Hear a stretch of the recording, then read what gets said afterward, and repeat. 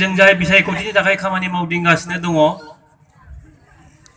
जोंनि बे खस्थ' खालामनाय नोंथांमोननि बे खस्थ' खालामनाय बे गासै जों खस्थ' खालामनायनि फिथाइया 23 तारिखआवनो थायगोन 23 तारिखआव जोङो भट होगोन आरो 23 तारिखखालिनो नोंथांमोना जोङो देरहाबाय होननानै फोसावनोबो हाबाय जोङो देरहानो हाबाय बेखौ फोसावनोबो हाबाय खारन जोङो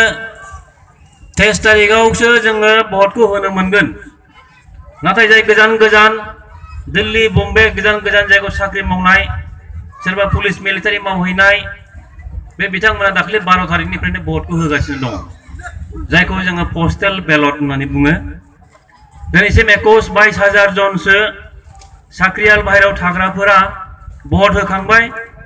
आरो बे गाव जेराव भट होदों बेखौ खेबे खेबे WhatsAppआव फाथायहरबाय थाबाय जे गासै बे बाहेरायाव थानाय साख्रियाल बाहेरायाव थानाय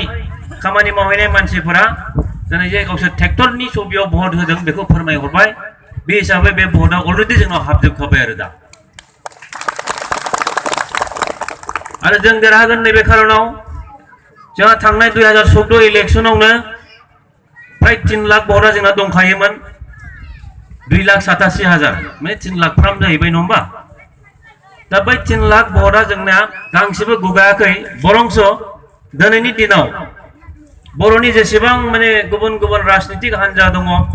जेरै BPF हान्जा BJP हान्जा कंग्रेस हान्जा आरो सोरबा CPM खालामनायबो दङ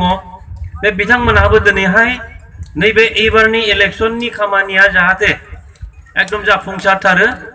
बेनि थाखाय बयबो ज' ओंखारबोनानै खामानि मावनायनि मोनसे असिलाखौ जों मोनदों बे हिसाबै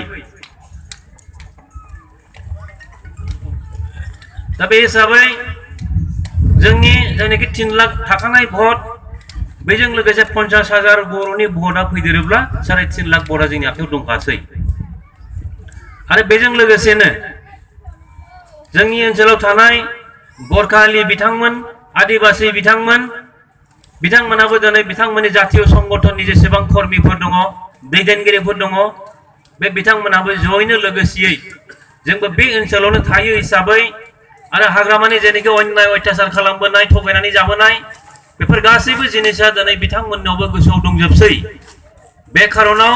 दिनै गुबुन गुबुन जाति जनगोष्ठीनि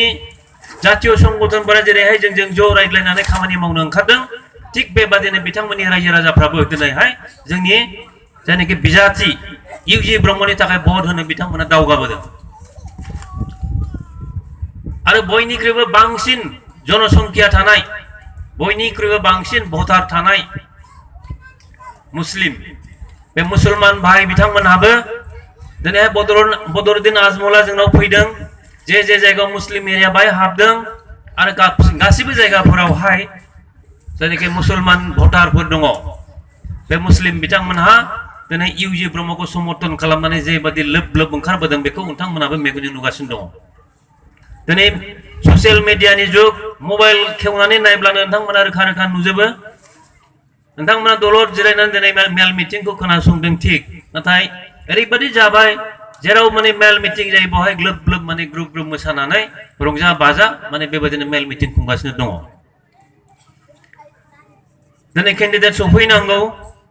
बिथांखौ एखेबारे माने माबायावहाय अभयापुरियाव भबानिपुराव माने आजमल साहबनि प्रग्राम दङ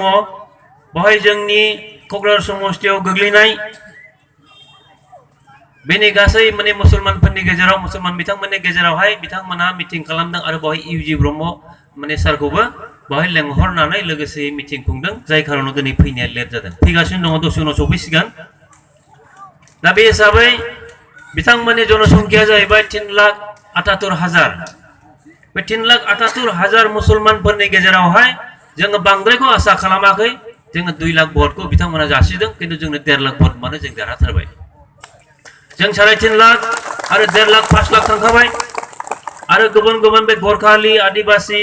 बेंगलि बे गासै भटखौ लादेरबावोब्ला जोङो बेखौ गासै जयै 50,000 हमबावोबा 5.5 लाख भटआ फैखाबाय दा दिनैनि दिनाव जाय 4.5 लाख भट मोनगोन बेनि देरहागोन किन्तु जोङो 5.5 लाख भटआ जोंनि आखायाव दंखासै बे हिसाबै जोङो देरहानाया रोखा जाबाय ओंखायनो दिनैनि दिनावहाय बुरजा बाथ्रा सावरायनांगौ बाथ्रा